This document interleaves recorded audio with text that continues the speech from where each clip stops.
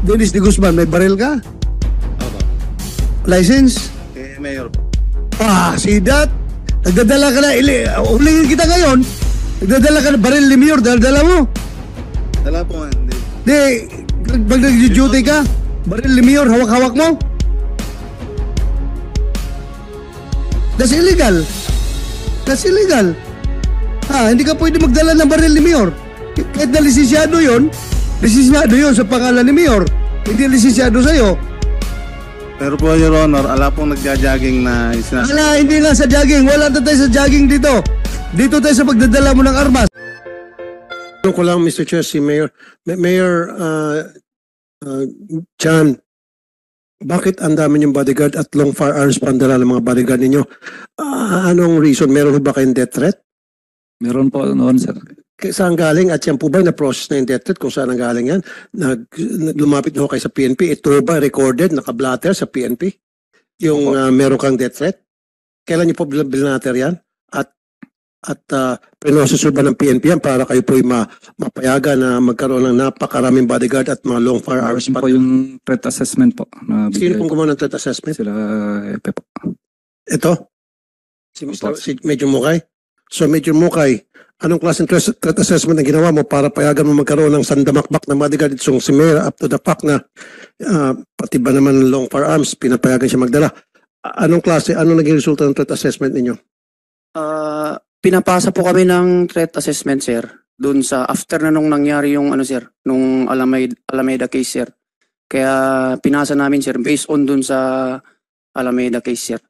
So, after na nangyari, saka sila naghingi ng threat assessment? Yes, sir. So, ibig sabihin, Mayor, takot ka na baka ng kampo ni Vice Mayor dahil saka ka lang nakafeel ng threat after namatay yung Vice Mayor mo. After pinatay yung Vice Mayor mo. Hindi po ako nag-appeal po. Bale si Epe pang pumunta sa akin para mag-call ng threat assessment po. Okay, sige ako. Sige, wait. Mr. Chair, pero bago na-ambush si Vice Mayor Alameda, gano'n na din ba kadami ang security ni Mayor? Yes, sir. What I know, sir, is nung last na election pa sila andun na, sir. Kaya nga. Yes, sir. So, even before the ambush, marami ng bodyguard si Mayor. Opo, sir. At nagdadala ng mga long firearms. At ginawa niyo ba ng threat assessment yun? Wala po, sir. Wala. Yes, sir. So bakit nyo inaalaw, ikaw ang chief of police, makikita nyo isang mayor, sandamakmak ang bodyguard. Hindi ka ba na-alarma doon? Basta ka muna, private army nito, ang daming bodyguards. Hindi mo man lang nilapitan si Mayor, Mayor, ang dami nyo pa atang bodyguard. O pwede ho bang malaman? From my assumption, sir, last December, sir, wala na po akong na threat or mga mangyayari, sir. Okay, so wala ka alam na threat. So dapat doon pala na-alarma ka na. Wala palang threat to sa iyong pagtingin. Bakit ang dami-dami yung bodyguard at mahaba pang baril na dala? Yes, sir. Yun po yung hindi ko sir. Wala naman po akong naramdaman or na... Kaya nga, pero alam mo na marami siyang bodyguard. Nakikita mo yan. Imposible, may intel ka na ang daming bodyguard nitong isang mayor. Wala naman palang sa assessment, wala naman palang death threat at long firearms mga dala. Anong meron? Sana man lang, gumawa ka ng investigation o kahit man lang lumapit ka kay Mayor para magtanong, Mayor, baka makatulong ko sa iyo. Kung nahihiya ka sa kanya, baka makatulong ko sa iyo. Ang dami yung bodyguard at meron ka mga long firearms. Ano bang meron? Bilang chief of police, you have the right and authority to confront and ask the Mayor. Yes, sir. But you did not. Ang nakikita ko po, sir, na bodyguard niya nun, sir, dalawa lang po, sir. Si Mr. Dennis de Guzman, sir, at meron pa pong isa, sir, na hindi ko lang alam yung pangalan, sir. Dalawa yung una nakita mo? Yes, sir. Na merong long firearm? Wala po akong nakikitang long firearm, sir. So dalawa nakita mo and then matapos ng ambush, biglang dumami? Opo, sir. Okay. Nagpagawa siya ng threat assessment sa inyo? Bale, inano namin, sir, yung threat assessment niya, sir. So, naging basihan namin, sir, is yung sa nangyaring sir, yung sa Alameda case, sir. Teka muna. So, base lamang ng nangyari doon kay Vice Mayor Alameda, sinabi niyo na agad, kailangan niya magkaroon ng maraming bodyguard kasi meron siyang death threat. Hindi, kailangan sa threat assessment para bigyan mo ng PTC ang isang sibilyan, katulad ko, nung mag-apply ako ng PTC, katakot-takot ang threat assessment. Kailangan magbigay pa ako ng mga text messages, magbigay pa ako ng mga chat, etc., mga sulat na pinadala sa aking radio station. I have to undergo that kind of process. In this case, assessment, ina-assume mo lang dahil namatay si Vice Mayor, inambush ni Vice Mayor, at maaari siyang ang suspect or person of interest, kaya inassess mo na agad na kailangan niya ng maraming bodyguard at long firearms? Hindi po sir, bale na-interview din ng personnel natin si Mayor sir na siya rin mismo ang nag-ano na may threat sir. Kaya Ano nga, po ano yung- pinakita niyang threat sa'yo? wala po sir, verbal lang na sinabi niya na ano sir. Na So, ibig sabihin, kahit na sinong sipirato lumapit sa'yo, sabihin, Major, may death threat ako. Okay, sige. Mag-bodyguard ka niya ng sandamakmak. So, wala kang hiningi ng mga ebidensya, documents. Dapat wala. dokumentado yung mga death threats. Wala po sir. Kasi, kasi Mr. Chair, anybody can invent. Pwede mag-invento. At lahat magkakaroon agad ng sandamakmak na bodyguard. Is that the way you do threat assessment? Just from the person you're doing assessment, just by his mouth saying na I have a death threat and that's it. Naniniwala ka na. Bible truth na yun sa'yo. Yes po sir, yan po yung ginawa namin sir. Then, Threat assessment kay Mayor nun sir. then you should undergo training, seminar and training to do a proper threat assessment. Hindi tama yung threat assessment mo yan. Just because na-ambush si Vice Mayor, agad-agad, i-assess mo na agad na meron siyang death threat kahit wala naman palang ebidensya, wala naman palang mga tawag sa telepono, recorded conversation, o video, o even chat, o text, wala man lang ganon. So, not counted yung threat assessment, dapat may mga ganong klaseng ebidensya. You follow me? Yes sir, yes sir. So, Yeah. i-retrain siguro ito, seminar, itong mga polis na ito. Kailangan ng kwan ito. Senator? Kailangan i-remind itong mga pulis natin about our policy against private armed group. Marang nakalimutan na niyo yan. What is the definition of private armed group? Two or more armed. So yan, kay Mayor, sobra pa sa dalawa. So private armed group na yun. Ano sabi mo, General Rambawa? Sir, pertaining to that, the threat assessment, after the killing of Vice Mayor Alameda and the killing of 2 weeks after the killing, follows the death of killing of Governor Degamo of in Visayas. We were called to attend a command conference in Kamkrame, and we were directed to conduct threat assessment to all elected government officials, and that was parallel to the preparation of the barangay and Sangguniang Kabataan elections 2023. And that was a preparation, sir, of on the gathering of threat assessment to all elected government officials was a directive from the Chief PNP, the then Police General Rodolfo Osorin Jr. That prompted us, Your Honors, to visit elected government official and request and to get their threat assessment, which is a timeline of submission to Kamkrame, Your Honors. Kasi, Mr. Chair, kung ganun pala, tuwing merong ma-ambush na isang politiko, kailangan pala yung katunggali niya, let's arm him to the teeth, na kailangan ipaghandaan siya at bigyan siya ng maraming bodyguard. Kasi baka siyang babalikan. Parang ganun yung premise nyo. So lahat ng mga na-ambush na politiko, yung kanyang katunggali, kailangan bigyan ng proteksyon? There was an assumption that there was an imminent threat to other elected government officials, Your Honor.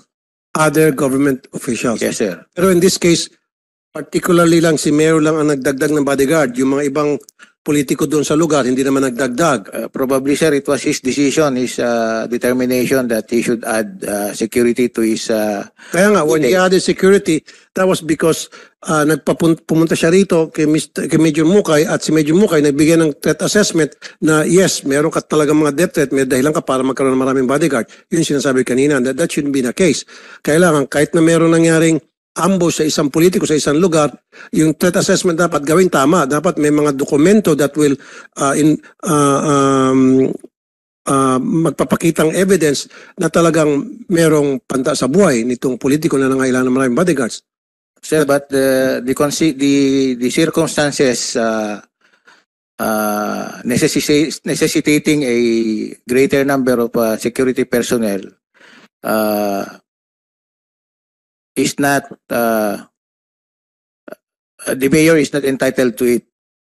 It's just his decision to maybe increase his number of security personnel. Kaya nga, if that happens, nandun po papasok yung ating kapulisan para sitahin. Para sinasabi nga ni Senator Bato, private armed groups na yan. Ang dami-daming bodyguards. Pag nagja-jogging, halos malaglag na yung mga baril. Nakikita po ng mga civilian and then may mga long firearms. Doon dapat maalarma na kayo. Bakit ang daming bodyguard nitong isang mayor? Diba? Mas lalo nga nagkakaroon ng threat yan. Not only threat doon sa kung sino man pinag-aano nila, pinaghandaan, threat sa komunidad. Paano kung naging trigger happy yung mga bodyguards? Yung mga bodyguards ba, did they train to be VIP bodyguards? Dumama sila sa PSPG? There were no records of training, sir, of their bodyguard. Yun nga, so doon pa lamang, gagawa na kayo ng threat assessment against the bodyguards. Na ang dami nila at may mga baril sila, wala man na silang training sa PSPG or sa any security agency for that matter. Kasi I would understand kung sila ay galing sa isang security agency, hinire sila security because these people are trained. Kung sila ay hire sa gilid-gilid lang, they shouldn't be carrying guns and dapat kinukumplanta sila, especially doon sa jogging areas. Sabi ko nga, paano kung naging trigger happy lang mga ito, nagpaputok na maril, konting kalabit lang, siga ka, ba't mo ako tinititigan o kinalabit na maril? So, yun po ang nakaalarma, General. Hindi lang sa ganun, Senator Tulfo. Kundi, it happens na nagja-jogging ka rin doon sa plaza na yon. Nalaglag yung baril ng isang bodyguard na walang training. Pumutok. Loaded, naka-open hammer, pumutok, tinamaan ka ngayon. Ay, nako. Your Honor, can I speak? Hintay ka lang muna. I will go to you later. Patapusin muna si Senator Tulfo. Tawagan kita mamaya. Yan ang mahirap kapag gano'n ang mangyayari sa atin. So, this is a lesson to all NP units. Hindi lang particularly Region 2 or Cagayan Province, Cagayan Region. Sa lahat na ito, tingnan nyo yung mga local, not only the mayors, alam natin marami dyan na mga politiko, congressman, o konsihal na sangkatutak ang bodyguard ng mga civilians. That's already private army. Definition natin ng private army is only 2 or more. 2 or more. So private army yan, then they are liable. Lalong-lalo na kung wala silang authority to bear firearms. That's illegal. So dapat gawin yung action, appropriate action. So I'm reminding the whole PNP, dapat ganun ang action ninyo. Huwag kayo magpabaya. Dahil nga, pag magpabaya kayo, yun na, magkakaroon na ng krimen afterwards. So, Mr. Chair, magsabi mo. go ahead. So next time, siguro, a reminder sa ating mga taga-PNP from the chief of police down, kapag may ganong insidente na may na-ambush na isang politiko sa isang lugar, huwag nyo agad i-assume na yung katunggali niya ay maaring suspect at babalikan. It could be possible suspect later at babalikan siya.